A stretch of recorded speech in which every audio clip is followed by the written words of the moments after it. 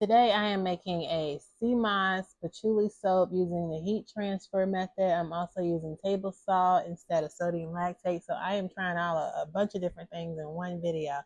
I've done the table salt before. So instead of using like sodium lactate, I substitute 1 teaspoon of table salt per pound of soap, just like you would do with sodium lactate. I mix that into the water and the lye at the same time so it can all melt cohesively together. And it works out perfectly. Like the soap comes out just like I use sodium lactate. Like I cut it 24 hours and it's about the same level of hardness. So table salt is definitely a more cost-effective way to get your soap bars harder quicker without buying sodium lactate. So I decided to try the heat transfer method. I've done this like maybe once or twice, like a year or two ago. Like it's been a long time. But I was running out of patience, y'all. So I said I had a lot of soap to make because I just joined a new artisan market and I had a lot of soap that I had to make. So I said, we're going to try this heat transfer and hope for the best. So that's what I did. Those lies, as you can see, the temperature that I had for them, I think it was like 77 degrees. The shea butter in there was not melted at all. And so I just used that lye solution to melt it. And it definitely melted everything. I wanted to keep in as much footage as possible so you guys can see how long I was like stirring to melt. At this point, everything was melted, but I was scared because I was like thinking, usually when I melt my oils, it's clear. But then like I thought about it, I was like, well, yeah, it's clear because there's only oils, but in this case, there is lye solution in there, so I'm probably not going to ever achieve that clearness.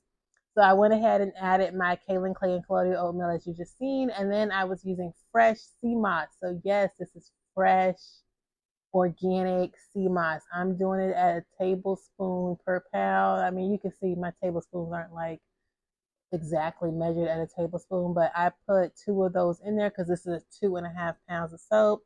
And I just sort of mixed that a little bit before I started stick blending because, like, I'm not gonna lie, I was scared. I was like thinking, man, it's still, this opaque look is not clear, which is like, duh, it's not gonna be clear. And the temperature was taking a little long to get down. I wanted to start at 120 degrees, but it just wasn't working. And like I said, I'm impatient, y'all. So, I think that was 135. I said, we're just going to do this and hope for the best. And listen, it really came out good. It really wasn't that bad. I've been like wondering, why was I so afraid of the heat transfer? Like, it was hot. Like, it was nice and it was hot and it got the job done a lot quicker. So at this point, I'm just stick blending as usual. You see, it's still measuring 134 degrees. And normally I always soak below 120, but I said, I got to do what I got to do.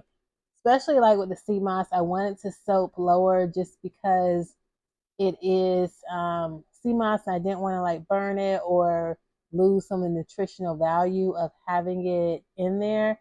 But I say we're gonna risk it. We're gonna wing it a little bit because, like I said, I had a lot of soap. I had to make like 170 bars of soap so I could add it to the store. And time was of the essence, y'all. Like straight up of the essence. So I added in my patchouli, just stirred that in there, still at 136. I wanted to make sure I showed you guys the temperature so you can see that you can survive over 120 degrees because I did. I wanted to keep this soap bar pretty simple. Seamoss is already like a great ingredient already to have just because of the extra hydration and the vitamins that are in it that are really good for your skin.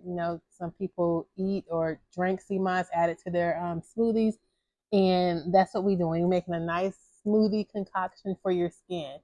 So I wanted to keep it real simple. I thought patchouli was a good scent just because I live in an area where there's a lot of older people. And I said they probably love this idea of Seamoss because I'm always like trying to think of something to do to make my soap stand out because there are a lot of soap companies like just around and available. So I let it sit for 24 hours, came back the next day. It was a little bit on the soft side, which I think was more so because of the Seamoss.